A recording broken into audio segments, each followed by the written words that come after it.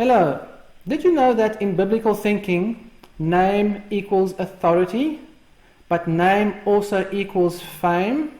So, by obscuring the name of the Creator, Satan attempts to interfere with the Creator's authority, and Satan attempts to interfere with the Creator's fame. Let me show you.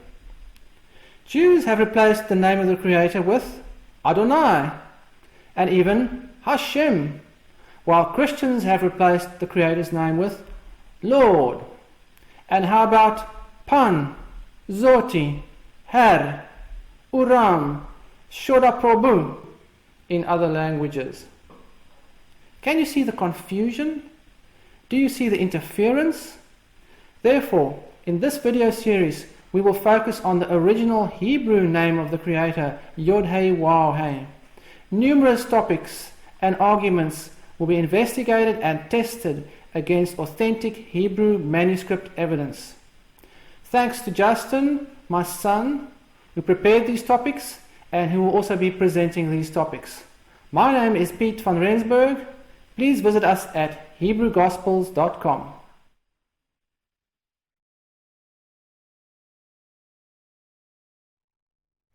Hello everyone, and welcome back to the series on Nehemiah Gordon and the pronunciation of the Tetragrammaton Yod-Heh-Waw-Heh. This is session number 9, part A of Nehemiah's 10 Rabbis, Kabbalism and the Origin of the Vowel Points.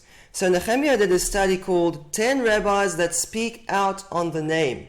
In this study, Nehemiah brings 16 rabbis who talk about the name, and he focuses on 10 of these, and he calls this study 10 rabbis that speak out on the name. These rabbis talk about the name Yod-Heh-Waw-Heh, the vowels Shwa, Cholam, Kametz, and all kinds of supposed secrets. And this is supposed to be definitive proof, undeniable proof that the name is Yehovah. In this two-part study, we'll be investigating this topic of the 10 rabbis. Now, before we evaluate how legitimate these 10 rabbis really are, we first need to look at the authority of the rabbis versus the authority of the Hebrew Bible manuscripts. Once we understand that, we can move on to the 10 rabbis. We'll get some background, and we're going to look at these rabbis one by one to see why do they believe that Yehovah is a sacred name, and why do they agree. And then today we'll do the first 6 rabbis. In the next session we'll do the other 10 rabbis. And in the next session we also want to get to the vowel points. And we'll see that part of this misunderstanding of the name supposedly being Yehovah or Yehovah is that some people teach the vowel points come from Moses, including some rabbis.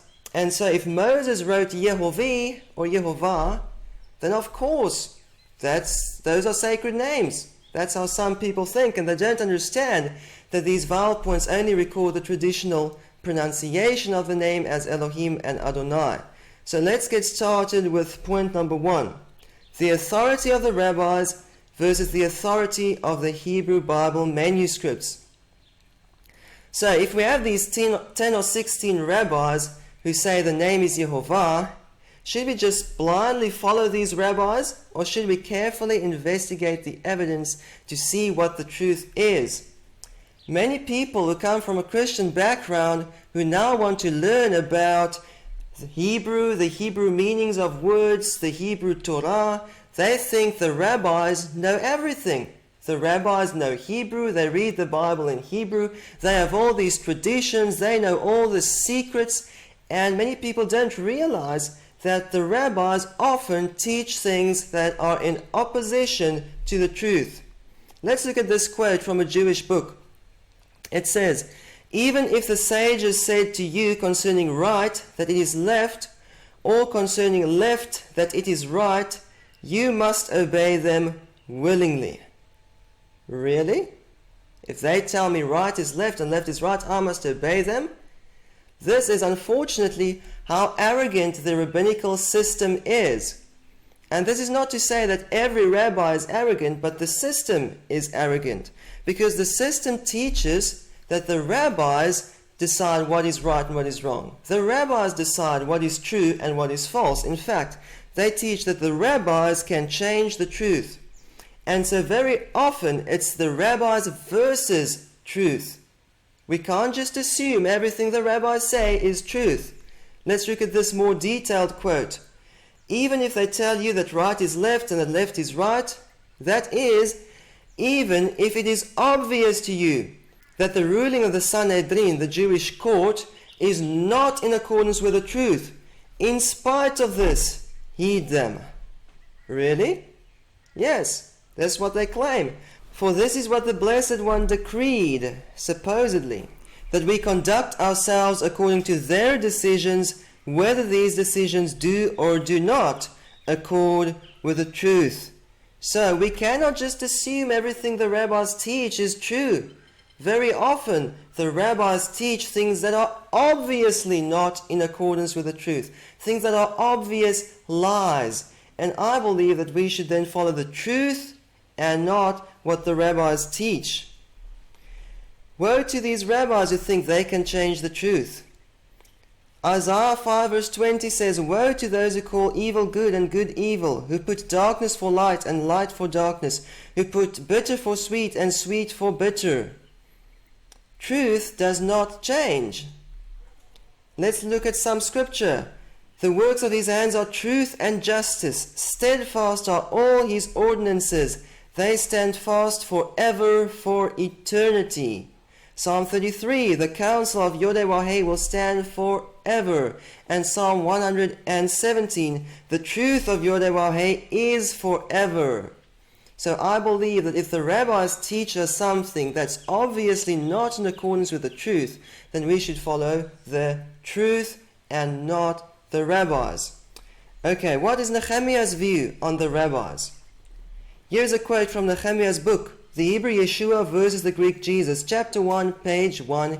He says, My motto is, if it's not in the Tanakh, the Old Testament, I can't use it. So how is it that Nehemiah uses these 10 or 16 rabbis who are not in the Tanakh? He uses them as proof. Nehemiah Gordon is not actually living out his Karaite motto. Okay? Why does Nehemiah look at the rabbis? Why should we look at the writings of the rabbis if Nehemiah cannot use these sources? Nehemiah says, let's look at Jewish sources. When scholars ignore Jewish sources, we also learned why scholars ignore Jewish sources, while they scour every pagan and heathen source to discover the pronunciation of God's name.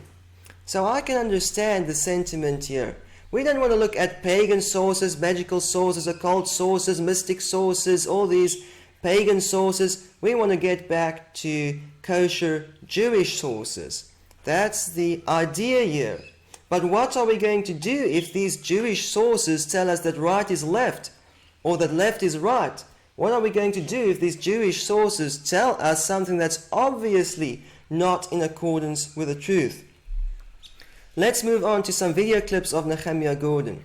Here you can see a video of Nehemiah Gordon where he says he does not believe it, the pronunciation Yehovah, to be true because the rabbis say it's true, but because it supposedly matches the evidence in the Hebrew Bible manuscripts.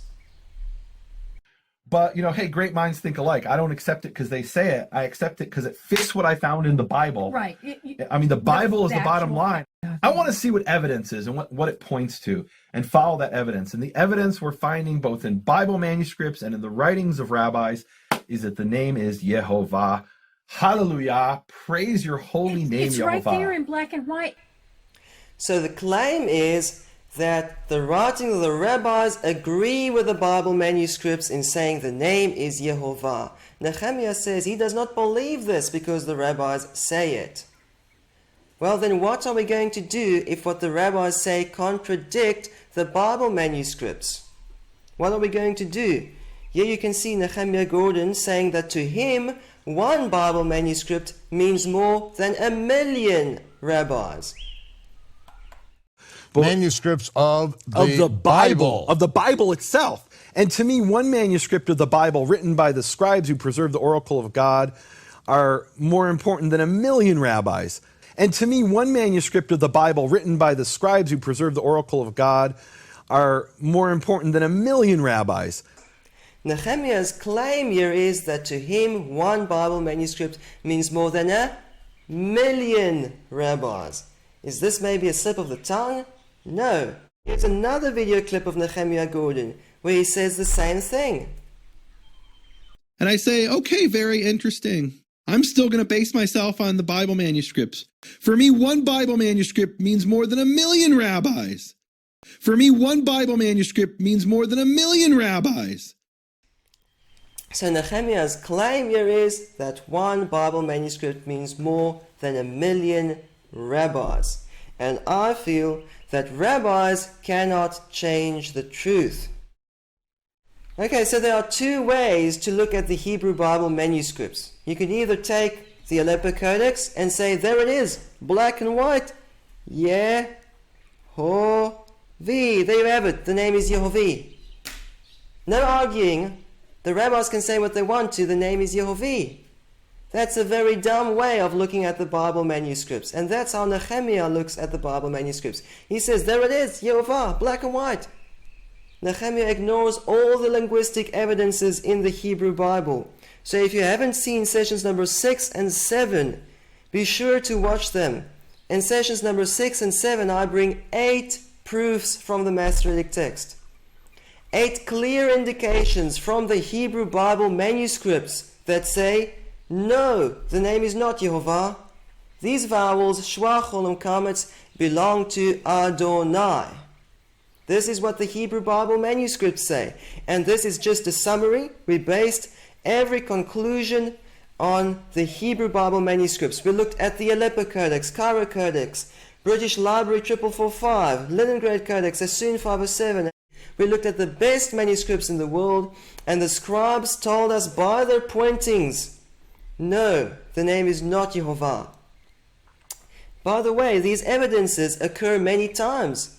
Evidence number 1 occurs more than 300 times in the Tanakh. Evidence number 2 occurs more than 690 times in the Tanakh. Evidence number 3 occurs 100 times in the Tanakh. The others occur less frequently, but you put all of this together, there's more than 1,100 indications in the Tanakh saying that Yehovah is a gibberish name, that these vowels, shwa, chol, and kametz, belong to Adonai. And so, if the rabbis want to tell us, no, Yehovah is a sacred name, whereas the Bible manuscripts say Yehovah is a gibberish name, then the rabbis are telling us that right is left, and that left is right. Then the rabbis are teaching us something that's obviously not in accordance with the truth. And so, in terms of manuscripts, the Leningrad Codex, which is a codex of the entire Tanakh, has nearly 1,000 pages in it. What does this mean?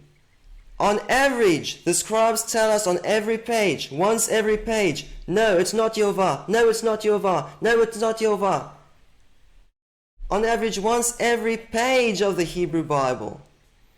So, if these rabbis want to tell us that the manuscripts are wrong, then I'm telling you the 10 rabbis are wrong. No matter what their names are, when they lived, how many secrets they knew, if they want to contradict all the evidence in the Hebrew Bible manuscripts, it means they are wrong.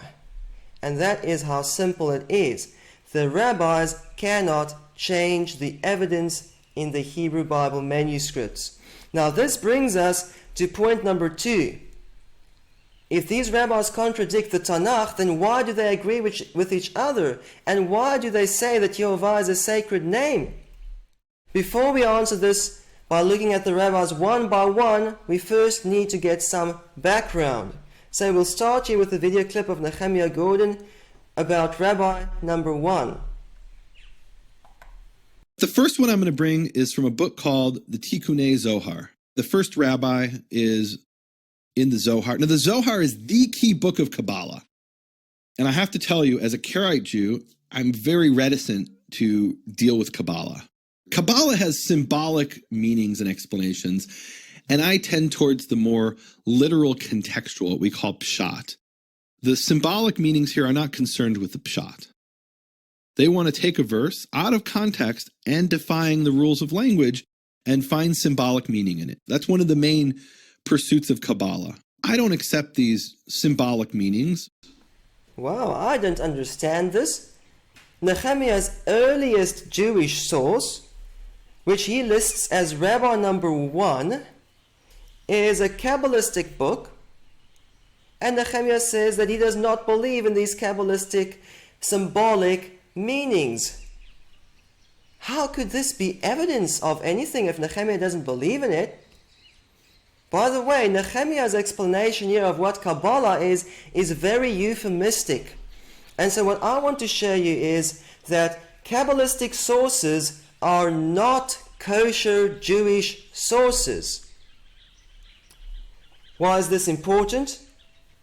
The whole idea of looking at the rabbis is we want to look at Jewish sources, Jewish sources, Jewish sources. We don't want to look at pagan sources, heathen sources, magical sources, occult sources, mystic sources. We want to look at kosher Jewish sources. So now I want to show you what Kabbalah is about.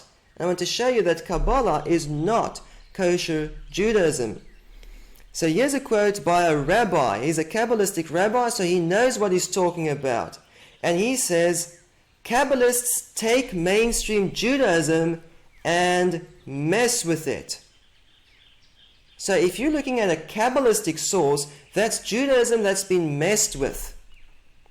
Let's read further. Expanding, contracting, adding to it, and twisting it in different ways to supposedly shed light on it. The Kabbalists very often start with the Bible. Then they take the Bible and they mess with it. They add to it, take away, they twist it. And then they think that they're shedding light on the Bible. So can you see here? Kabbalah is not kosher Judaism.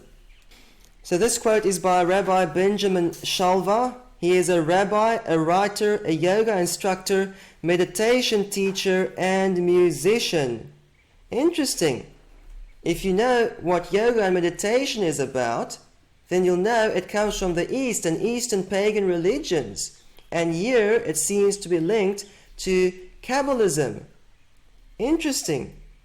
Now, here is another definition from Webster's dictionary more than 100 years ago. He says, Kabbalah is a kind of occult theosophy among Jewish rabbis. Oh, I see. They knew this more than 100 years ago, that some rabbis believed in this occult theosophy called Kabbalah. Let's read further, which treats on the nature of God and the mystery of human existence. It assumes that every letter, word, number, and accent of the scripture contains a hidden sense. So very important, every accent of the scripture, also every vowel. The Kabbalists believe there's secret meanings in the pointings of the Hebrew Bible. And it, Kabbalah, teaches the methods of interpretation for ascertaining these occult meanings. So I thought we're trying to get away from paganism, but it seems Kabbalah is quite pagan. Now you might ask, are some Jews pagan? Isn't Jew the opposite of pagan? Well, let's read here from the Bible, and we're going to see that some Jews did very pagan things. 2 Chronicles 33, but he, King Manasseh, did that which was evil in the sight of Yodhe-Waheh, like unto the abominations of the heathen, whom Yodhe-Waheh had cast out before the children of Israel. So Manasseh made Judah, meaning the Jews, the inhabitants of Judah, and the inhabitants of Jerusalem to err, and to do worse than the heathen, whom Yodhe-Waheh had destroyed before the children of Israel. So you can't just assume everything that the Jews do is going to be good. King Manasseh, a descendant of King David, who was a Jew, he was the king of Judah, he sacrificed his children to an idol. He appointed soothsayers and necromancers. He built altars to false gods, to idols.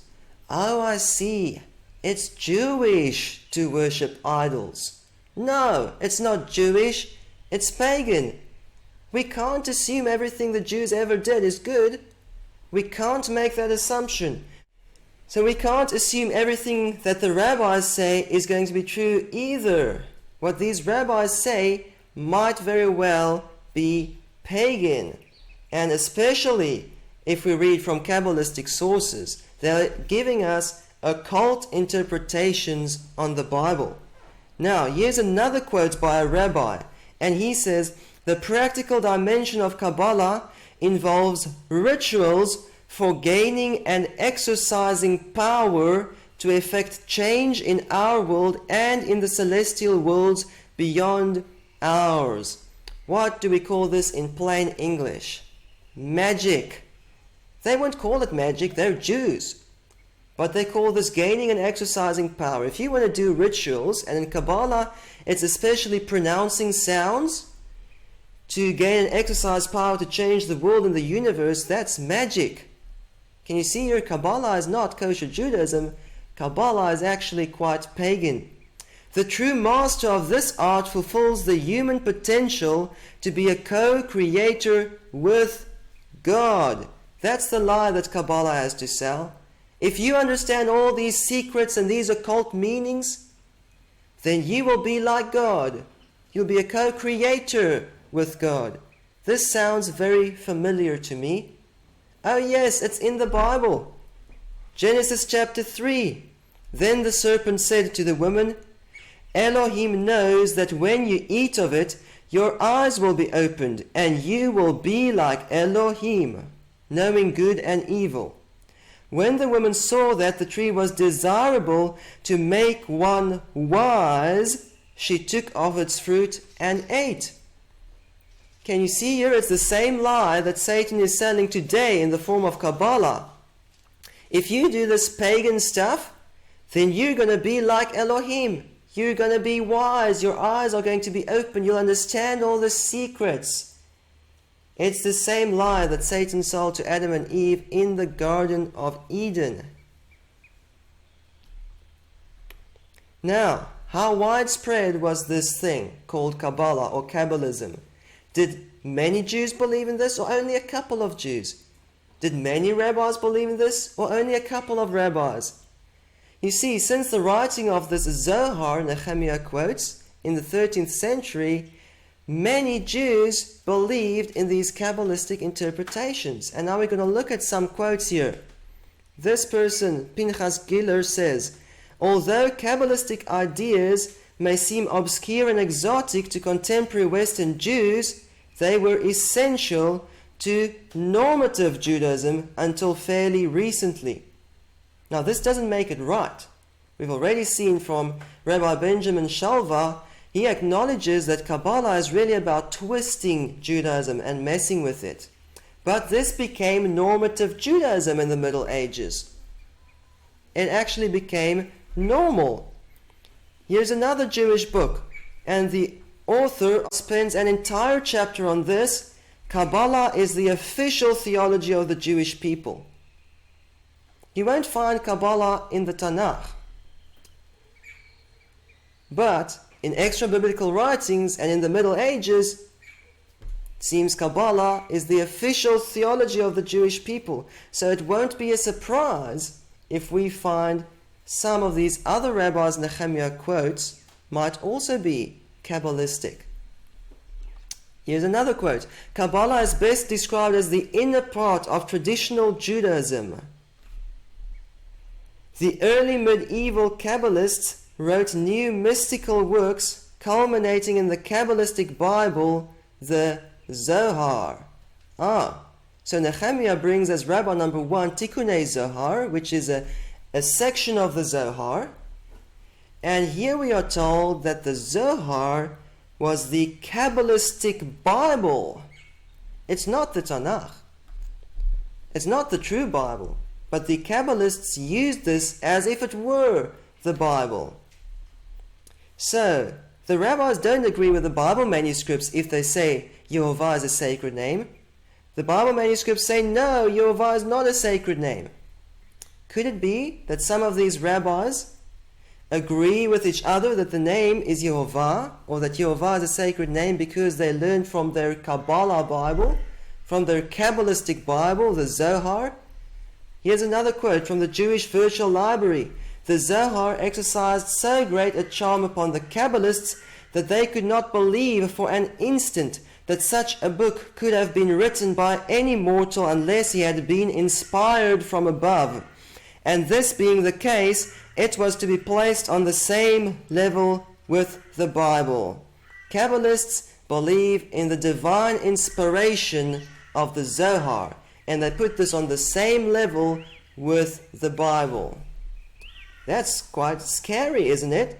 Because we've seen now that Kabbalah is about occult interpretations and magic. And again, you might say, does this mean some Jews are pagan? How could Jews be pagan? Let's just look at one more example from the Bible, where we see that Jews have been pagan at times. So it talks here about Samaria and Sodom versus Jerusalem. Nehemiah is so negative toward the Samaritans who worshipped the idols. Now here it says, not only did you, Jerusalem, walk in their ways and do according to their abominations, within a very little time you were more corrupt than they in all your ways. Samaria has not committed half your sins.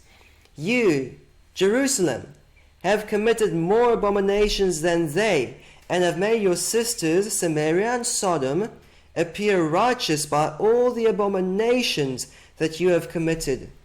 And so this is not to condemn all the Jews, but this is a warning. You can't assume that everything the Jews ever did is going to be good and right. You need to watch out for paganism. Watch out for paganism when you look at Jewish sources. Here's another quote from a Jewish website, Sefaria.org, and they say, the Zohar is the foundational work in the literature of Jewish mystical thought known as Kabbalah. Oh, so Nehemiah's earliest Jewish source is a mystical book. A mystical book. It is a group of books. So Tikkunei Zohar, which Nehemiah quotes, is one of the books included under the heading Zohar, including commentary on the mystical aspects, as well as material on mysticism, mythical cosmogony, and mystical psychology. So can you see, the Zohar is all about mysticism and myth. And now this mysticism and myth becomes the earliest, most authentic Jewish source that Nehemiah brings to prove that the name is Yehovah. This is a Kabbalistic source that's all about mysticism and myth. Okay, so now we've got some background. Now we want to look at these rabbis one by one. Now, because the Zohar is the earliest of Nehemiah's rabbis, we need to pay attention here. And I want us to look at the Zohar in some detail. I want to show you what the Zohar really teaches. And I want to show you what the Zohar really claims. And so let's get into this. Rabbi number 1, Tikkunei Zohar. We'll go back to this video clip of Nehemiah Gordon, where he says that he does not believe in these symbolic interpretations. The first one I'm going to bring is from a book called the Tikkunei Zohar. The first rabbi is in the Zohar. Now, the Zohar is the key book of Kabbalah. And I have to tell you, as a Karaite Jew, I'm very reticent to deal with Kabbalah. They want to take a verse out of context and defying the rules of language and find symbolic meaning in it. That's one of the main pursuits of Kabbalah. I don't accept these symbolic meanings. So can you believe Nehemiah starts out by saying that he does not accept these interpretations that we see in the Zohar? He tells us that it's the key book of Kabbalah. Okay. Here is a quote from Daniel Matt. He's an expert in the Zohar. He did an English translation plus a commentary on the main part of the Zohar. So he knows what this is about. And he says, I see the Zohar as a celebration of the imagination. An expert in the Zohar. It's even worse, because this is mystic imagination, and they present this to you as secrets. The Zohar gives many supposed secrets on various subjects and topics. And now you, as the reader, you're supposed to believe this mystic imagination as truth, because it's supposedly a secret. Can you see the big problem here? This is all imagination. Now imagination becomes proof that the name is Yehovah. Here is another video clip of Nehemiah Gordon where he ridicules Kabbalah and Kabbalistic ideas. I have to tell you, later rabbis under Kabbalistic influence came up with the idea that I can't even say the letters Yud, Hey, Vav, Hey. I can't even pronounce those letters. But that's Kabbalah that starts to show up in the 12th and 13th century. But that's Kabbalah that starts to show up in the 12th and 13th century. But that's Kabbalah? It shows up in the 12th and 13th centuries? Does that sound familiar? The Zohar shows up in the 13th century. Interesting. Now, after we've seen that the Zohar is all about imagination and mysticism, and now that Nehemiah ridicules Kabbalistic ideas and that he says he does not believe in these symbolic interpretations in the Zohar, now look at this clip of Nehemiah Gordon. He turns right around and he claims that this Zohar is powerful. And what this passage in the Zohar means is that the vowels of the name are Yehovah. It's beautiful. It's so powerful. And what this passage in the Zohar means is that the vowels of the name are Yehovah. It's beautiful. It's so powerful. So now, this is powerful?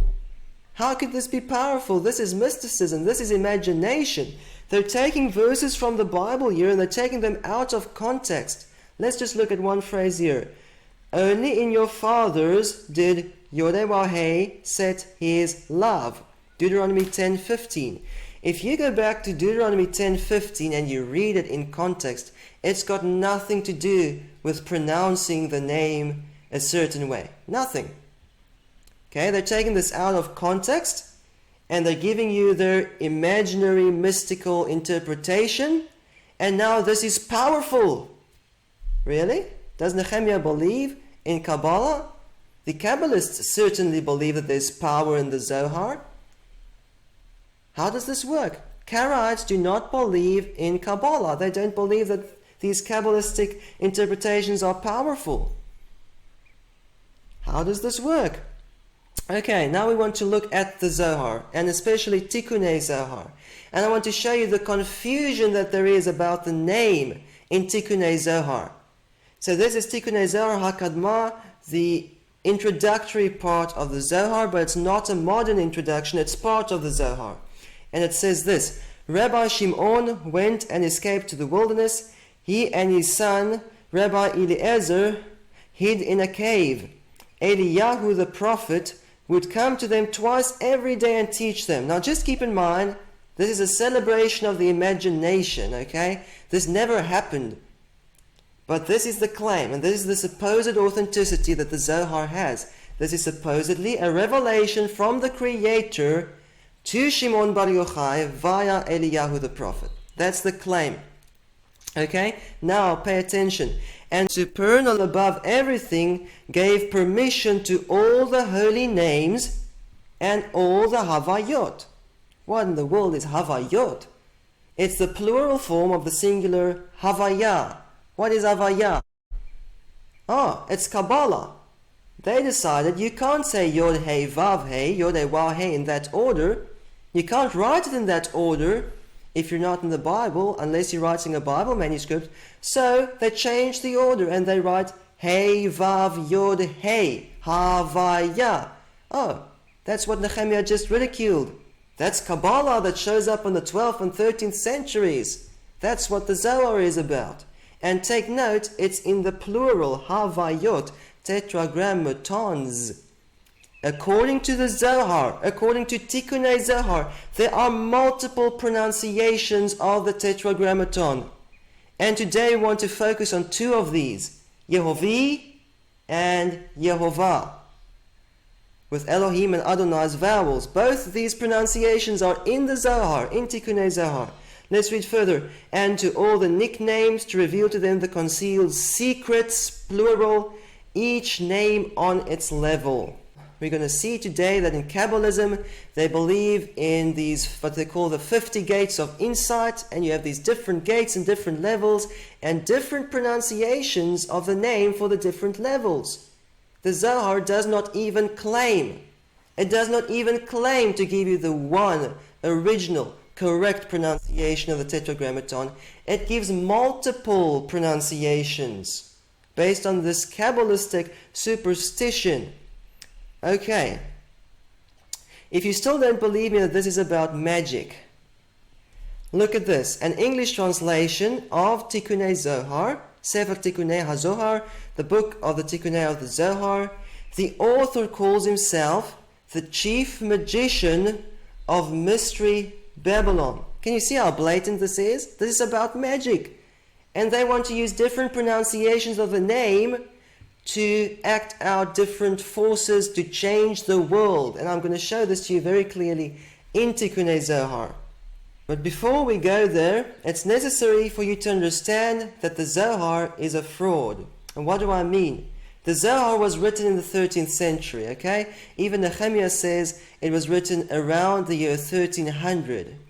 However, on the inside, the Zohar claims to have been written in the 2nd century by the son of Shimon Bar Yochai.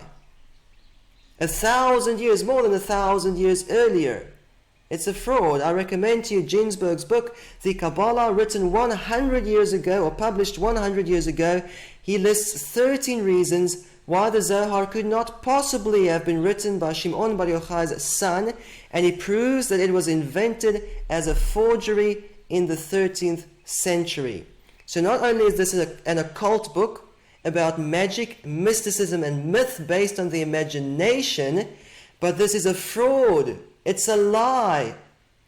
So if the Zohar is supernaturally inspired, may I ask, who inspired the Zohar? The father of lies, because it's a lie. Not only do scholars know this, here is a Jewish rabbi who challenges and denies the authenticity of the Zohar. Although many rabbis believe in the Zohar, this rabbi did his homework and he says that the Zohar is erroneous, and he even calls the Zohar blasphemous. Blasphemous? Yes. For example, the Zohar takes the verse saying, all your males shall appear before Yodeh Wahei 3 times the year. They take that verse and apply this to Shimon Bar Yochai. Now he becomes Yodeh Wahei, supposedly, and everyone must appear before Shimon Bar Yochai 3 times in the year, putting him on the same level with Yod-Heh Waw-Heh, with the Creator. It's blasphemous. Now, let me just show you an example of blasphemy here in Tikkunei Zohar, in Tikkun number 70. So Nehemiah's quote about Chashak and the secret of the vowels of the name comes from Tikkun number 70. So here we are, in Tikkun number 70, in the context of the secret of because he loves me, and that key word there, Chashak, we'll get into that in detail later today. So they're quoting the Bible here, because he loves me, I will deliver him. And then they quote another verse from the Bible, and Yodeh Wahei will be king over all the earth. In that day, Yodeh Wahei will be one and his name one. You see how they get people to believe this? They quote passages from the Bible all the time. Now, take notice, they're going to twist this and mess with it. And Yodeh Wahei will be father and mother. Yodeh Wahei will be one and his name one. There you have it from the Zohar. Yodeh Wahei is mother and her name is Yehovah. Now this becomes evidence that the name is Yehovah? I mean, this is blasphemous. This is from the exact same section Nehemiah quotes to prove the name is Yehovah. I don't understand how this could be seen as evidence. This is evidence that Yehovah is an occult, a Kabbalistic, a mystic pronunciation of the name, associated here with blasphemy, calling Yodeh Wahei mother. Okay, now we want to go back to Tikkunei Zohar, Tikkun 69. We want to get some context here. We want to see where does all this stuff come from. What is Chashak? Where does it come from? In Nehemiah's little quotation from the Zohar, you will think, oh, it looks all good. We have a secret and we have Bible verses, and Nehemiah even says it's powerful. Nehemiah doesn't show you the blasphemy there in the same chapter. So now we want to go back to Tikkun Zohar, Tikkun 69. We want to get some context. We want to see, where does this Chashak thing come from? And I also want to show you the Zohar gives multiple pronunciations of the name.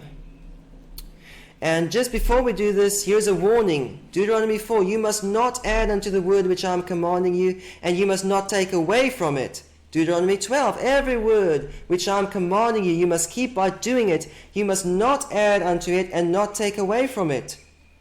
When we read here in the Zohar, you're going to see how they add and take away from the word, and how that they make a mess of it. Proverbs 30, do not add unto his words, lest he rebuke you and you prove yourself to be a liar. The Zohar proves to be a lie because it messes with the word. It adds to the word. So here we go. Tikkun Zohar, Tikkun 69, and this is my straight translation from Aramaic. Might be overly literal, but I'll explain to you what it means and what they're trying to say here. And I want you to notice the mysticism here. I want to see what Chashak is.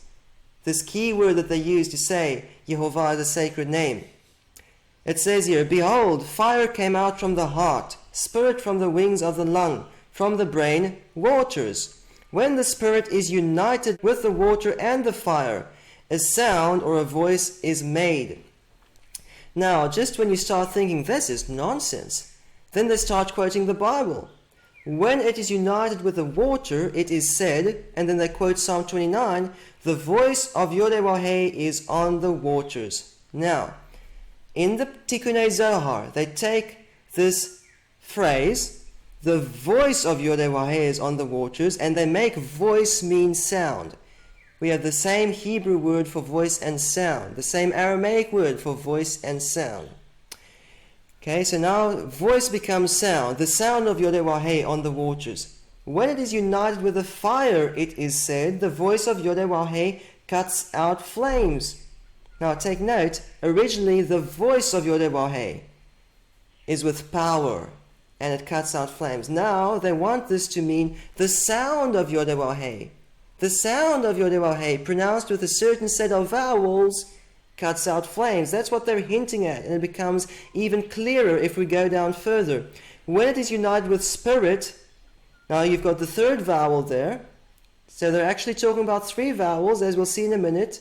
When you have all three vowels there, it is a mighty wind, tore mountains apart and shattered rocks. So again, they're quoting from the Bible. And upon that, the voice of Yodewaheh was spoken, breaking cedars. So again, the voice of Yodewaheh breaks cedars, but they make this mean the sound of Yodewaheh breaks cedars. And these three vowels correspond to Emesh, which stands for fire, water, and heavens, and they are Chashak. This is what Chashak is about. It's about all this mysticism and taking the Bible out of context. Now let's read further on the next page. It's going to become very clear that they're using this pronunciation Yehovah as some kind of a sacred name to act out power, to do magic, to change the world. It's going to become very clear here. Excuse the small font, but I want you to see the link between Chashak and the conclusion at the bottom. And this is what is written. Only in your fathers did Yodewaheh Chashak, which they turn into an acronym, they make it Chashak, and these are Cholam, Shva, Kametz. Now let's just pause there and explain. In the Hebrew Bible, it uses the word Chashak and means he loved or he delighted in. Now, here in the Zohar, they take this out of context and they turn Chashak into Chashak, which is now an acronym standing for three words. It never meant that in the Bible. Okay, but they make this mean Chashak, which is an acronym for Cholam, Shva, Kametz. Now, can you see that's in the wrong order? In Yehovah, it's Shva, Cholam, Kametz. But here, in the acronym form, because they're trying to link this to a word in the Bible, it's in the wrong order, because the ch there in Chashak becomes the Cholam, the sh there in Chashak becomes the Shwa, the K there in Chashak becomes the Kametz. And it's in the wrong order. Why? Because this is imagination. This is not true. It's not true. It's imagination. And this reminds me of something that we saw in video number 1. Nehemiah Gordon reads and writes Hebrew in the wrong direction to make the name Yehovah. That's what the Kabbalists do. It's imagination. Okay, now, they're going to explain what this is all about. Kametz as the right hand. What does that mean? In Yehovah, the kametz is not on the right-hand side, it's on the left-hand side. So what does that mean? It means power. Right hand in the Hebrew Bible means power, might, strength, force, ability. They're hinting here that there's power in the kametz. Supposedly, okay? But this is how the Kabbalists think. And then they quote, the voice of Yodeh-Waheh on the waters. And when the Spirit is united with it, which is Cholam. Now that's very important, because when we get to the pronunciation Yehovah, they're just going to say Spirit. They've already told you that Spirit, in this superstitious interpretation here, the Spirit is the Cholam. And then they quote the Bible. It is said, and the Spirit of Elohim hovered on the waters, Shua is with fire, and when the Spirit is united with it, so you have all three vowels together, it is a mighty wind, tore mountains apart and shattered rocks. On the side of power, which is mighty, when the Spirit is united with it, which is Cholam, between the Kametz and the Shua, which are water and fire, which are the two arms. And again, what does that mean, two arms? Arm, in Hebrew and Aramaic, means force or might. In whom are the right hand and the left hand. And now we're getting to the climax here of this particular pronunciation. In Tikkun 69, it says, which are 28 chapters. What does that mean? They're hinting at something, and they give the answer in the next line, which is said of them, the voice of Yodeh-Waheh is with power. The Hebrew word here for power is koach. 28 is written here with kaf chet, the same consonants we have here for power. They're not so much trying to say 28, they're trying to say power. Originally, in the Bible, the voice of Yodeh-Waheh is with power means that when the Creator speaks, it's with power. The Kabbalists take that and they apply this to themselves. They make themselves equal to Yodeh-Waheh. They say if we can only pronounce the sound of Yodeh-Waheh, it's with power. Now, that's not all. Chapters there in Aramaic is pirkin, and the root is pei resh kof. It's the same root used up here for tearing mountains apart. So the Zohar is written as a secret. You need to put two and two together to get what they're talking about. And what this passage in the Zohar means is that if you pronounce the name as Yehovah, that sound has power in it. It's powerful, supposedly. And this tears mountains apart. It shatters rocks. In the previous slide, it breaks cedars. Not only that, Kaf Chet stands as an acronym for Keter Chochmah, crown of wisdom. Supposedly, if you know the secret, you're going to have the power of Yodeh-Waheh's voice for yourself. Okay? And you're going to be wise. Isn't that what Rabbi Jeffrey said? The practical dimension of Kabbalah involves rituals, which is very often pronouncing certain sounds, for gaining and exercising power to effect change in our world and in the celestial worlds beyond ours. The true master of this art fulfills the human potential to be a co-creator with God. That is what the pronunciation Yehovah is about in the Zohar. It's saying you can have the power of Yodeh-Waheh if you pronounce the name a certain way. It's about magic. That's what it is about. No wonder Nehemiah says it's powerful. And what this passage in the Zohar means is that the vowels of the name are Yehovah. It's beautiful. It's so powerful. And what this passage in the Zohar means is that the vowels of the name are Yehovah. It's beautiful. It's so powerful. So can you believe Nehemiah Gordon goes along with this story that there's power here in the Zohar and in the secret of Chashak?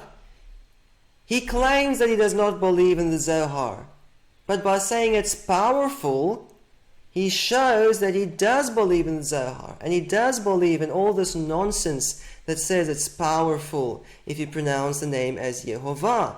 Now we want to go back to Tikkunei Zohar, Tikkun 69, the same section but further down. And they give us multiple pronunciations of the Tetragrammaton.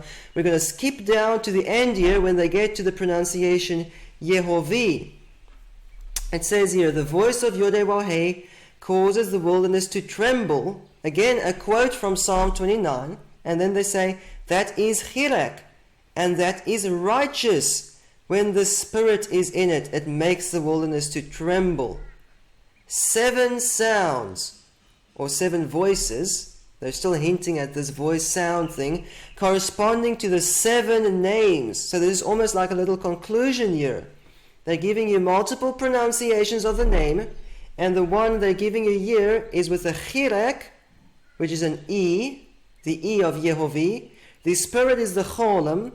They've already talked about the Shua, they don't have to repeat it here.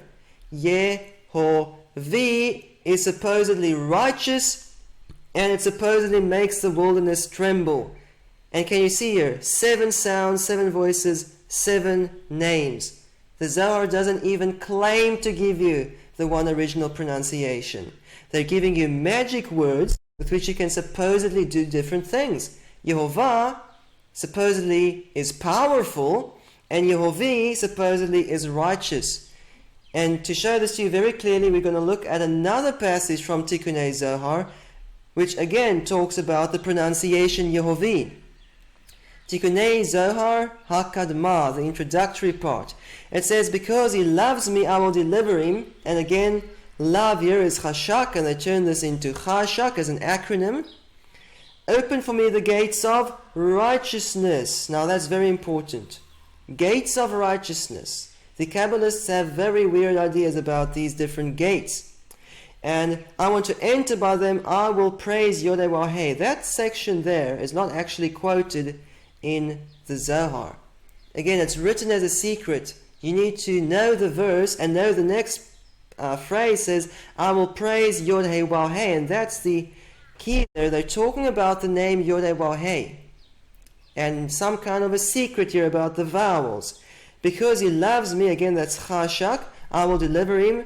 And then it says here in the Zohar, in so many words, Chashak is Chirek, Shva, comets. What's the comets doing there? And then they say this, comets. What is this? This is imagination. But let me explain to you what they're doing here. The names of the vowels are very interesting because in Chirek, the first vowel in Chirek is an E, and that's the vowel, Chirek. In Shua, the first vowel is an E in modern Hebrew. In Komets, the first vowel is an A. But in Komets, the first vowel is an O. Can you see here? We've got E, and O. And again, just like Chashak, Cholam, Shva, Kametz are in the wrong order. Again, Chirek, Shva, Kametz is in the wrong order, but these are the vowels Ye, Ho, Vi, E, O, E. They're in the wrong order because there is imagination, but it talks here about the pronunciation Yehovi in Tikkunei Zohar. So I could just as well take this. If I'm like Nehemiah Gordon, I could take this passage and say, there you see, I've got evidence the name is Yehovi, evidence from a Jewish source here, Tikkunei Zohar. No, this is not evidence. This is superstition. This is Kabbalah. This is imagination. Now, I want to show you more rabbis who say the name is Yehovi. More rabbis. Here's Rabbi Moshe Maram Alshech. He's a Kabbalistic rabbi. So remember, the Zohar is the Bible of the Kabbalists. The Bible of the Kabbalists. And he says, however, the name Yod-Heh, which is also pointed with the vowels of Elohim, so the vowels Yehovi, is for the world to come. Really? We're going to see later today how that Nehemiah quotes a rabbi saying, in the world to come we're going to say Yehovah. Here we have a rabbi saying, in the world to come we're going to say Yehovah. This is Kabbalah nonsense, and it comes from the Zohar. And now what these later rabbis do is they add to it. The Zohar didn't say in the world to come it's going to be Yehovah, but they get this idea from the Zohar, add to it, contract, mess with it, they do their Kabbalism with it, and there you have it. The name is Yehovah in the world to come. He quotes yet another person saying, behold, there are two aspects, one related to this world, and it is Adonai, and the second to the coming world, and this is Yodewahei with the vowels of Elohim, Yehovah. Here's another rabbi, Rabbi Abraham ben Rabbi Jacob Saba. He says, let me explain. The rabbis are going to explain this to us now. He began with Adonai, for this is the established place to plead for grace, and this is the gate to enter by. So, can you see these Kabbalists have all kinds of weird ideas about these gates, and you use the different names to go through the different gates, supposedly. And Yehovah and Yehovah are just two of multiple pronunciations of the Tetragrammaton that they use for certain of these gates. Let's read further. And after it entered the gate of heavens, it went up to the gates of repentance, which is Yodewahei with the vowels of Elohim. And this is based on the Zohar saying, open for me the gates of righteousness, I want to enter by them. Chashak is Cherek Shva Kometz, Yehovah. They're basing it on the Zohar. Repentance and righteousness go together in the Bible. We know that. So this gates of repentance seems to be a synonym of gates of righteousness, and they want to use Yehovah as a magic word to get through that gate. And this is Hashem Elohim, you have begun, for the name is the beginning of everything. The Kabbalists believe they do everything with names and sounds. If you know how to use the names, you can do anything. You can have power, you can have righteousness, wisdom, everything. They believe all their power is in the names that they use. Okay, one last quote by Rabbi Moshe Maram Alshech. He says, the name of Adanut, for by them you opened my lips, etc. Now this is important for today. The name of Adanut means Adonai. This rabbi is referring to a verse in the Psalms. And this verse says, Adonai, you have opened my lips. Now why do they call this the name of Adanut? Because they use Adonai as a name. And some rabbis actually call Adonai a name. But it means Lord, literally my lords. And so they call this the name of Adanut, meaning the name of lordship. If you're reading in Jewish writings, the name of lordship means Adonai. Okay, and this is the entrance of the gate of prayer. You see, this rabbi is also on this topic of the gates, and he used different names for the different gates, supposedly. Adonai brings it and takes it up in such a way that it reaches. And it tells you where is your prayer going to reach if you pray in Adonai's name, which is less than Elohim, for it reaches unto the 49th of the 50 gates of insight. There you can see 50 gates of insight. When that measure is related to this name of Yodewahei with the vowels of Elohim. What this means is, Yehovah takes your prayer to the 49th of the 50 gates, based on this Kabbalistic superstition. Now, I've shown you three rabbis saying it's Yehovah. Tikkunei Zohar, Rabbi Moshe Maram Ashlech, and Rabbi Abraham ben Rabbi Jacob Saba. Is this good evidence to say the name is Yehovah? No. This all traces back to this fraudulent, occult, blasphemous book called Tikkunei Zohar. And these later Kabbalistic rabbis, they're just basing their thinking on the Zohar. And these sources we've just looked at are not kosher Jewish sources. They are pagan Jewish sources. They're Kabbalistic Jewish sources. We cannot use these to say the name is Yehovah. Okay, so here's the summary of Rabbi number 1, Tikkunei Zohar. It's the Bible of Jewish occultism or mysticism called Kabbalah. It's a fraudulent, falsified book. And it uses this keyword chashak, both for Yehovah and Yehovah. Nehemiah doesn't tell you that. He doesn't want you to know that.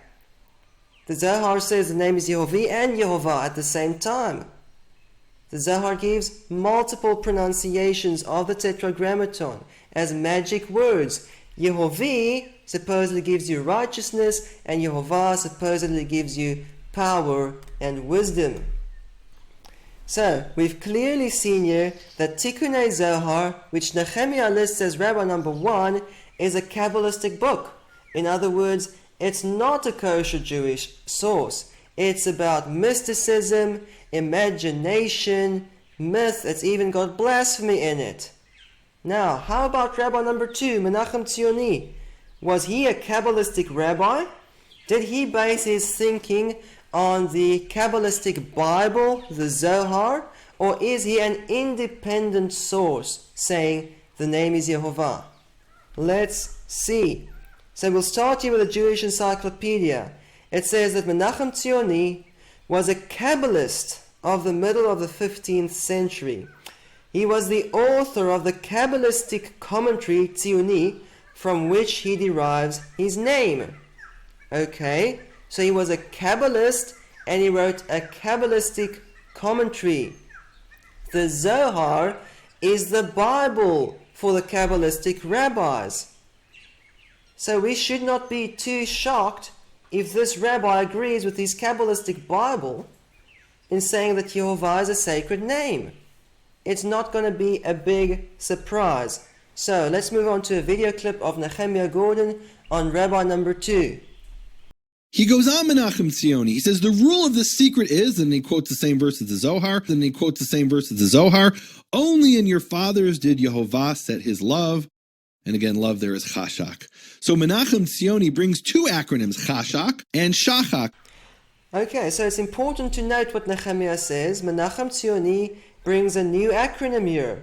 Chashak comes from the Zohar. Now he adds this new acronym, shachak. So this is also a Kabbalistic keyword here that they use to refer to the vowel shwa, cholam, kametz on the name. Okay, what did this rabbi say? The rule of his secret is, and then he quotes the same verse as the Zohar.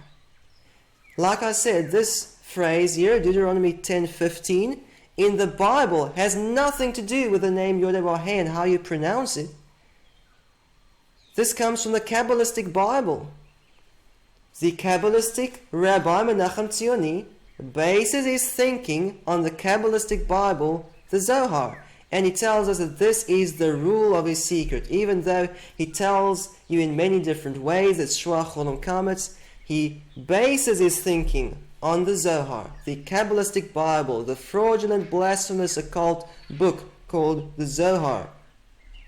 Okay, now look at this video clip of Nehemiah Gordon. So Shva Cholam Kamatz Yehovah. And look, I could stop here. I have two witnesses. I mean, it's right there in black and white. I really could have stopped here. I have two witnesses, right? 2 witnesses? Now, what happened to the million rabbis? And by the way, it's not difficult to find 2 false witnesses who agree with each other. We have here 2 Kabbalistic sources. Why do they agree? Because the second one bases his thinking on the first one. We have 2 Kabbalistic sources, 2 sources that mess with the Bible. Now these are the 2 witnesses saying the name is Yehovah. These are not 2 very good witnesses. By the way, this manuscript on the screen is not a manuscript of the Tanakh. It's in Hebrew? Yes. It's a manuscript? Yes. It's a manuscript of Kabbalah. It messes with the Bible. It's not the Bible. The rabbis are telling us that right is left and left is right. They're contradicting all the evidence in the Hebrew Bible. So, Rabbi number 2 simply agrees with his Kabbalistic Bible in saying that Yehovah is a sacred name. And then he builds on that. He adds new acronyms and different ways to remember this. Okay, so Rabbi number 2, shockingly, he's a Kabbalist too.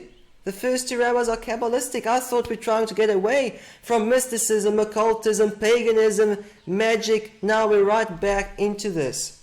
How about Rabbi number 3, Shabbatai Sofer? Was he Kabbalistic? Did he base his thinking on Kabbalistic sources or on facts? And again, let's start with a video clip of Nehemiah Gordon.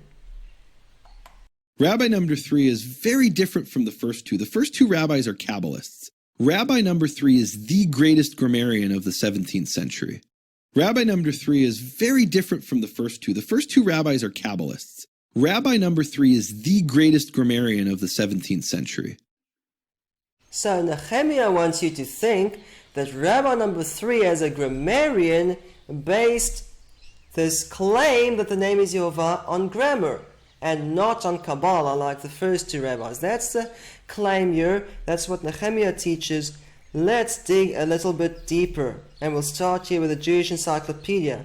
It says, Shabbatai ben Isaac, who was surnamed Sofer and Medakdek, was a teacher of the Talmudist and Kabbalist Chaim Bochner. Oh, so he taught and educated another Kabbalist. Interesting. He left in manuscript on the obligation of studying grammar demonstrated from the Targum, etc., and from the Zohar. There you have it. He used the Zohar to demonstrate his grammar. How can you call that grammar? I mean, the Zohar gives you everything in the wrong direction. That's not grammar. Sefer Yetzirah, he demonstrates grammar from Sefer Yetzirah. That's a Kabbalistic book, and other Kabbalistic works. Anyone basing their grammar on Kabbalah, their grammar is not going to be very trustworthy. Okay, they even read stuff in the wrong direction. Go back to video number 1. Nehemiah also does that, and he calls it grammar. That's the Kabbalistic definition of grammar. You take something, you mess with it, you use your imagination, and it becomes evidence. That's how Kabbalistic grammar works. Okay, let's go back to a video clip of Nehemiah Gordon on Rabbi number 3. And he says, and behold, when it is read as Yud He Vav He in the world to come, then its vowels will be shachak. Woo-hoo! Amazing! It's so powerful! Amazing! It's so powerful! How could Nehemiah say this is powerful? Look at the key word there. It's shachak. The key word there is the acronym that the Kabbalist Menachem Tzioni brought. He added this to Chashak, which comes from the Zohar. This is a Kabbalistic acronym. And again, Nehemiah seems to say that this Kabbalism is powerful and amazing. Now, I've already shown you a rabbi saying, in the world to come, we're going to say Yehovah. What evidence is this? Nehemiah makes you think this is evidence. He cheers and he shouts and he's so excited. In the world to come, we're going to say Yehovah. Well, I've already shown you another rabbi saying in the world to come, we're going to say Yehovah. Kabbalistic rabbis are not evidence of the true name of Yod-Heh. They're simply following this fraudulent book called the Zohar. Okay. Furthermore, Rabbi number 3 quotes Menachem Tzioni verbatim. He says, Tzioni wrote, and then he quotes him, the vowels of the name are with the vowels of Le'olam, of which the sign is Shachak, Shva Cholam Kametz. Where do I get this from? From the exact same letter Nehemiah quotes from. So here you can see it in book form. Originally this was a letter that Rabbi number 3 wrote to Rabbi number 4. Okay? Then they took this and they printed it in book form. And so what Nehemiah quotes is over here, Vehine kashehu nikra b'yod-heh ba'olam haba, and behold, when it is read with Yod-heh, or as Yod-heh in the world to come, as nekudotav shachak, then its vowels will be shachak. That's what Nehemiah quotes. Just go up to the top of the slide, and he's quoting Menachem Tzioni. Rabbi number 2 is a Kabbalist. Then you can see he's quoting Tzioni. Okay, so let's start there with the blue. Shekatav Tzioni ze leshono, which Tzioni wrote. This is what it says. Nikud Hashem hu. The pointing of the name is benikud leolam, with the pointing of leolam. Shesimino shachak, of which the sign is shachak. Can you see where Rabbi number 3 gets shachak from? from Rabbi number 2. He's quoting Rabbi number 2. Rabbi number 2 says the rule of his secret is Chashak, and that comes straight from the Zohar. All of this traces back to the Zohar. Now, if you read further on that previous page, you'll see that Rabbi number 3 talks about the composite shwa versus the simple shwa. And why don't we put a composite shwa on the name for Adonai? And if we don't have a composite shwa on the name, it means it's not the vows of Adonai, and this kind of stuff.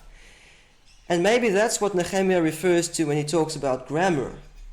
So, go back to video number 4. In the best manuscripts in the world, this is how grammar works. When you put Adonai or Elohim's vowels on the name, you change the composite shua of Elohim or the composite shua of Adonai into a simple shua. Okay, so Rabbi number 3, Shabbatai Sofer, was Kabbalistic, and he bases his thinking on the writings of Rabbi number 2, Menachem Tzioni, which in turn bases his thinking on Tikkunei Zohar, Rabbi number 1. You see, these are not independent sources, they're just following each other. And ultimately they're following a blasphemous, fraudulent book called Tikkunei Zohar. How about Rabbi number 4, Mer Maram of Lublin? Was he Kabbalistic? Did he base his thinking on Kabbalah or on factual evidence? Let's see. The Jewish Encyclopedia states that Lublin paid little heed to the Kabbalah, doesn't say he rejected it, though it is evident from his response on number 34 that he believed in the sacredness of the Zohar. Okay, if you believe in the sacredness of the Zohar, you believe it's divinely inspired, and you know anything about the teachings of Tikkunei Zohar and Chashak, then you'll know about the supposed secret of the name being Yehovah. Okay, so maybe Rabbi number 4 also based his thinking on the Zohar, on the Kabbalistic Bible, because he believed it was a sacred book. So now we're going to look at a video clip of Nehemiah Gordon on Rabbi number 4. And so Rabbi number 4 responds to Rabbi number 3. And he quotes Rabbi number 5 and Rabbi number 6. And all of this in an attempt to refute Rabbi number 3's supposed grammar, saying that Shua Cholam Kametz can't be the vows of Adonai because it's with a simple Shua. So this is meant to be a refutation to the supposed grammar of Rabbi number 3. He begins his letter to Shabtai Sofer. He says, "Know, my beloved, how extremely difficult it is to put things like this in writing, and even more so a letter sent about from place to place concerning the vowels of the Tetragrammaton, which are Shva, Cholam, Kamatz." It's right there. There it is. He's telling you what the vowels are. And he's telling you it's difficult to put this in writing. What if someone intercepts this letter and finds out the vowels are Shva, Cholam, Kamatz? And that I, as a rabbi, have this information that's been transmitted to me. We're not supposed to make this public. It's amazing that we can see these things today. Okay, sounds all good. But what I want to show you is, you see those 3 dots there? Shows Nehemiah shortened up the quote. And then the next word there, concerning, is in square brackets. Means Nehemiah added that. I want to show you how far removed this opening sentence is from that second phrase Nehemiah adds down at the bottom. Okay, excuse the small font. That's how far removed these 2 phrases are. That first red part at the top right corner is, "Know, my beloved, how extremely difficult it is for me to put things like this in writing," etc., etc.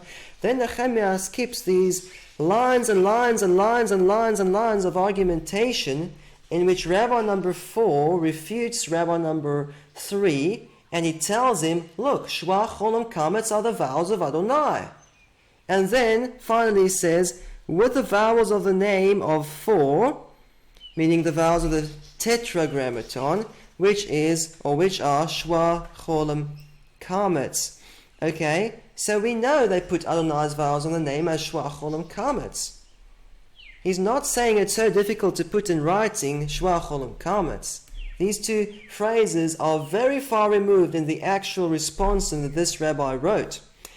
Now look at those 2 ovals. I want us to zoom in on that phrase. Before this rabbi says the vowels of the name of the Tetragrammaton, which are Shua, Chol, and Kametz, he first makes it very clear what he's talking about. And so he's again quoting another source. He says, and so he wrote in chapter 4 that the pointing of the Tetragrammaton is according to the pointing of the name of Adonut, meaning Adonai, Shua, Cholim, Kametz. Before this rabbi says the name of the vowels of the Tetragrammaton, which are Shua, Cholim, Kametz, he first specifies what he's talking about. You point the Tetragrammaton according to Adonai with Shua, Cholim, Kametz. Nehemiah doesn't show you this because he doesn't want you to know this. He wants you to think this rabbi agrees with him. But really, this rabbi does not agree with Nehemiah Gordon. This rabbi says we've got the same vowels on the name as we have on Adonai. This rabbi number 4, Maharam of Lublin, uses Chashak. He says here, in the name of Rabbi Shimon Bar Yochai. Who's that? That's the person who supposedly wrote the Zohar. He says, in Tikkunim. What is that? That's Tikkunei Zohar. Tikkunim is the absolute form, plural Tikkunim, and then becomes Tikkunei, the Tikkunim of the Zohar. That the Tetragrammaton is with the pointing Shua, Chol, and Kametz, and is called Chashak. Can you see here? Rabbi number 4 bases his thinking on the Kabbalistic Bible, the Zohar, which is written in the name of Shimon Bar Yochai. He tells you this comes from Tikkunim, from Tikkunei Zohar. So this is again, it's not an independent source. This is another rabbi following Tikkunei Zohar. Can you believe it? Rabbi number 4 is Kabbalistic, and he bases his thinking on Kabbalistic sources. He refers to Tikkunei Zohar, and he actually knows that they're putting Adonai's vowels on the name. They're putting the same vowels on the name that they have on Adonai. You see, this is how the Kabbalists make their sacred names. You take Yodeh Waheh, sacred consonants. Then you take Adonai's vowels, sacred vowels, and put them on the name. Or you take Elohim's vowels and put them on the name. And then you make your sacred names Yehovah and Yehovah. It's imagination and it's Kabbalah. This is not proof that the name is Yehovah. This rabbi bases his thinking on Kabbalistic sources, including Tikkunei Zohar. Okay, rabbi number 5, Asher Lemel of Krakow in the 16th century. Was he Kabbalistic? Did he simply follow his Kabbalistic Bible? Or is he an independent source here, saying the name is Yehovah? Let's see. Here is a tombstone inscription. This is what they write on Asher Lemel's tombstone. They say, the genius, the Kabbalist, the light of the exile, our teacher Asher Lemel. Obviously he was a Kabbalist. He was an honored Kabbalist. Here's another quote. Then to the rabbi of the Polish Jewish community in Krakow at the end of the 15th century, Rabbi Asher Lemel was known as a Kabbalist. Kabbalists believe in their Kabbalah Bible and their Kabbalistic Bible, Tikkunei Zohar. It's not going to be surprised if these rabbis agree Yehovah is a sacred name. That's what Tikkunei Zohar teaches. Now here's a video clip of Nehemiah Gordon on Rabbi number 5. This is what it says in chapter 34 concerning the Tetragrammaton. Its vowels received from Sinai are Shva, Cholam, Kamatz. This is what it says in chapter 34 concerning the Tetragrammaton. Its vowels received from Sinai are Shva, Cholam, Kamatz. Again, this sounds very impressive, but can you see their Tetragrammaton? I want to show you the Hebrew word that Nehemiah translates as Tetragrammaton. And those 3 dots at the end, I want to show you what Nehemiah deleted there. Because in context, if you read this in context, it reads very differently. So here is an accurate translation. And we'll look at this in Hebrew just now. And this is what it says there in chapter 34. Know that the vowels of the name Adonai... What? Nehemiah said Tetragrammaton. Know that the vowels of the name Adonai received from Sinai are Shua, Cholam, Kametz. And then he goes on. Rabbi 5 goes on to explain what he's talking about. He makes this very clear. Shwa under the Aleph. There's no Aleph in Yodeh Waheh. There's an Aleph in Adonai. Cholim on the Dalet. Again, there's no Dalet in Yodeh Waheh. Kametz under the Nun. There's no Nun in the Tetragrammaton. Here it is in Hebrew. Da, Kinikud, Shem Adonai. Know that the pointing of the name Adonai, Hamekubalami Sinai, which is received from Sinai, who is Shva Cholam Kametz. Okay, can you see? Nehemiah translates Adonai as Tetragrammaton. How is that possible? Yes, Adonai is an acronym there, and so what it hints at is Ani dibarti ne'um Yodeh Waheh, I have spoken, declares Yodeh Waheh, and what this rabbi is hinting at is that they're putting Adonai's vowels on the name. That's what he's hinting at. He specifies here Shva tachat ha'alef, Cholam al ha'dalet, Kametz tachat ha'nun. Aleph, Dalet, Nun. Adonai. The Yod in Adonai doesn't have a vowel. Can you see how that Nehemiah misrepresents this rabbi completely? This rabbi says, Shva Cholam Kametz, they're the vowels of Adonai. That's not a problem for Nehemiah Gordon. He can change it. He can change Adonai into Tetragrammaton and delete the following phrase there so that you think this rabbi says it's Yehovah. Now, I don't argue that Rabbi number 5 believed that Yehovah would be a sacred name because he's a Kabbalist. And if you put Adonai's vowels on the name, of course that's a sacred name to the Kabbalists. But that's not really what he's saying here. What he's saying here is Shva Cholam Kametz are the vowels of Adonai. Nehemiah completely misrepresents this rabbi. Okay, Rabbi number 5 was a Kabbalistic rabbi, an honored Kabbalist, and Nehemiah misrepresents what he says to make you think the name is Yehovah. Last rabbi for today. Anonymous book of what? Kabbalah. Oh, was this a Kabbalistic source? So, Rabbi number 5, Asher Lemel of Krakow, quotes this book. Asher Lemel of Krakow also brought proof that he found in a certain holy book of Kabbalah, and this is what it says, and then this quotation becomes Nehemiah's rabbi number 6. Okay?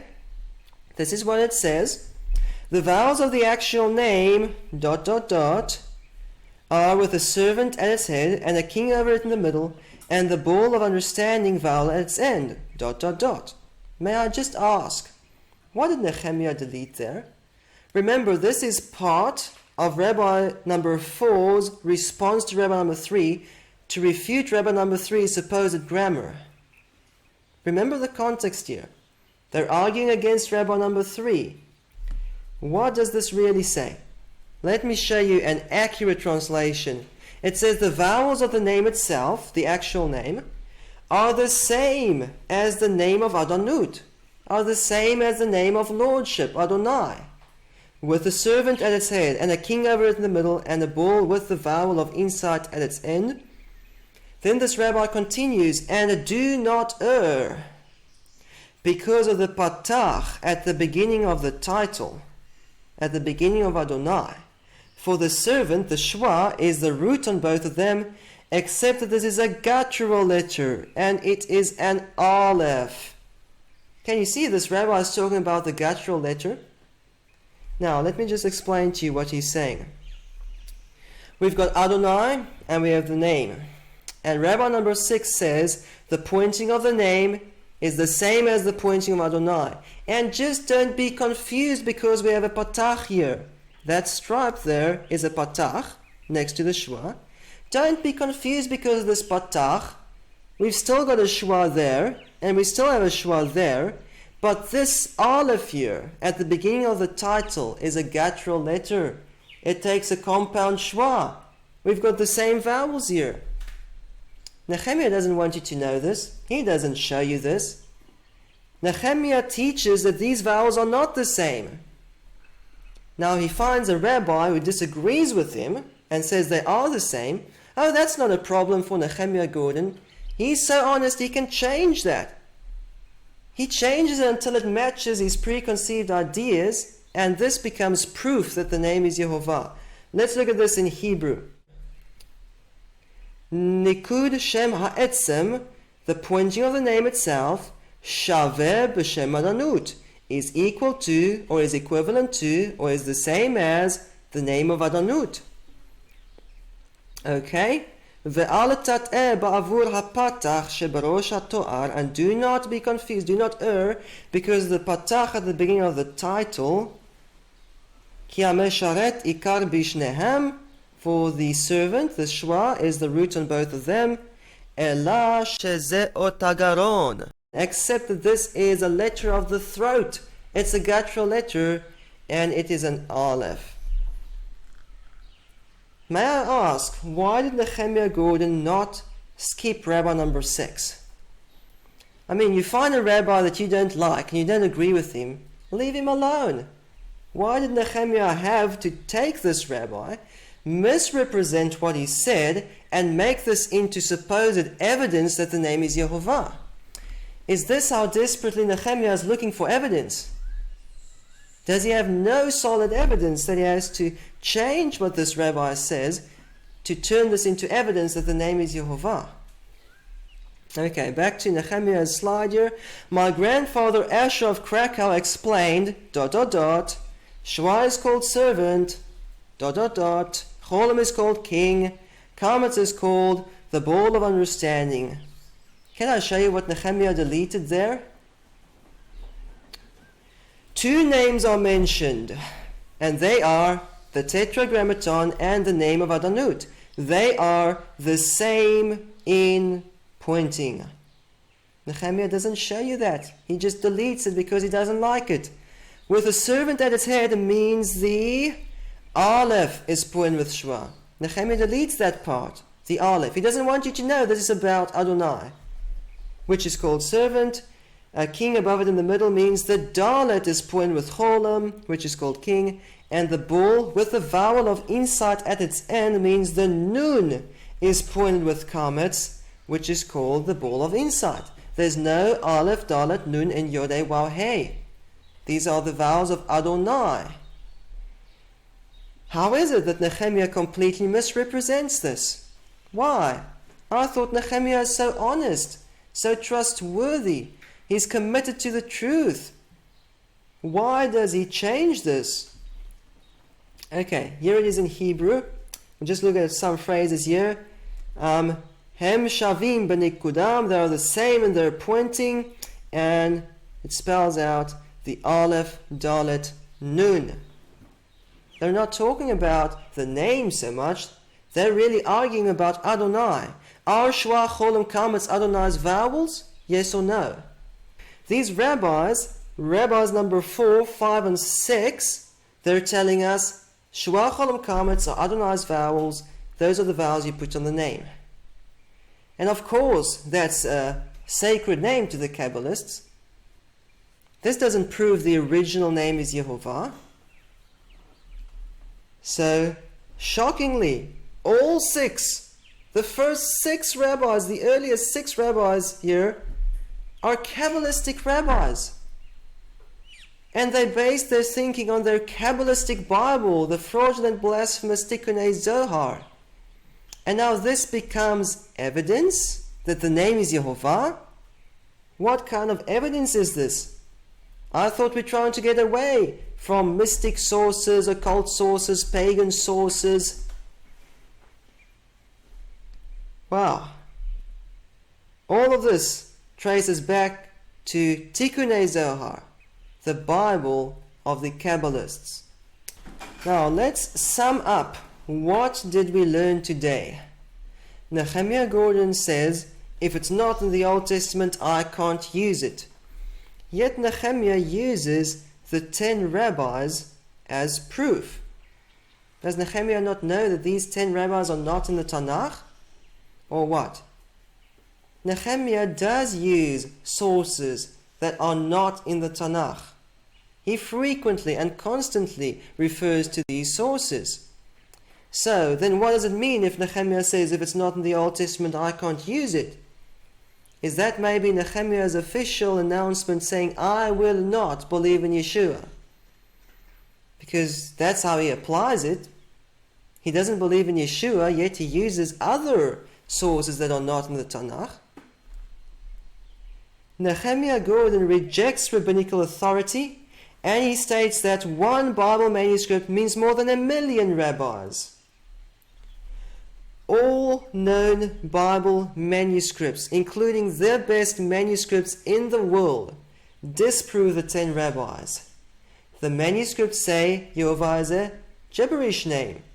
So, how could Nehemiah use these 10 rabbis as proof? If these rabbis say Yehovah is a sacred name, they are contradicting all the evidence in the Hebrew Bible manuscripts. Is this ignorance or is this dishonesty? Furthermore, the Zohar is the earliest of the 10 rabbis. Around the year 1300, Nehemiah says. Now, why is that important? Most people who bring Greek sources or pagan sources or occult or magical sources to say the name is this or that or the other will quote sources from the 2nd, 3rd, 4th and 5th centuries. Nehemiah brings rabbis from the 13th, 14th, 15th, 16th centuries and so on, more than 1,000 years later, and these are still not kosher Jewish sources. The Zohar uses Chashak both for Yehovah and Yehovah. It doesn't give you one correct pronunciation, it gives you multiple pronunciations. Yehovah is associated with righteousness, but Yehovah is associated with power and wisdom in the Zohar. And Nehemiah seems to go along with this by saying, oh, this passage in the Zohar is so powerful. The Zohar is a fraudulent, blasphemous, occult book based on imagination. Yet many rabbis accepted this Zohar as their Kabbalistic Bible, and the first 6 rabbis were all Kabbalistic. That means they all based their thinking on their Kabbalistic Bible. That's why they agree. They don't agree with the Tanakh, they don't agree with the Bible manuscripts, but they agree with their Kabbalistic Bible, the Zohar. Nehemiah says pagan sources versus Jewish sources. Nehemiah makes everyone think that when they look at these rabbis, these 10 or 16 rabbis, they're looking at kosher Jewish sources. We're getting away from paganism, occultism, mysticism, magic, and so on. That's what Nehemiah makes everyone think. The first 6 rabbis trace back to Kabbalism. They were all Kabbalistic rabbis. And so if you want to call this authentic, you'll have to say this is authentic Jewish paganism. Kabbalah is about occultism and mysticism and magic. Kabbalah is pagan. So these are authentic Jewish pagan sources. Rabbis 5 and 6 are completely misrepresented. Nehemiah completely changed what they said to make you think that the name is Yehovah. Nehemiah added, he took away, he twisted it, to shed light on it supposedly. That's what the Kabbalists do. Nehemiah acted like a Kabbalist in what he did to Rabbis 5 and 6. Is this ignorance, or is this another bald-faced lie? Did Nehemiah never read what Rabbis 5 and 6 actually said? Or is he purposefully misrepresenting this to you to make you think that he is right? What is the problem? Okay, I hope you found this interesting today. In the next session, in part B, we want to cover the other 10 rabbis. Why did these other rabbis agree? Why did they say Yehovah is a sacred name? Were some of these other rabbis Kabbalists too? And how about the vowel points? I want to show you how that the Zohar claims that the vowel points originated with Moses. And that is part of this big confusion. If Moses wrote Yehovah and Yehovah, then of course those are sacred names, and they don't understand that these vowel points simply record the traditional reading the name as Adonai and Elohim. Okay, until next time, Shalom in Yeshua Mashiach.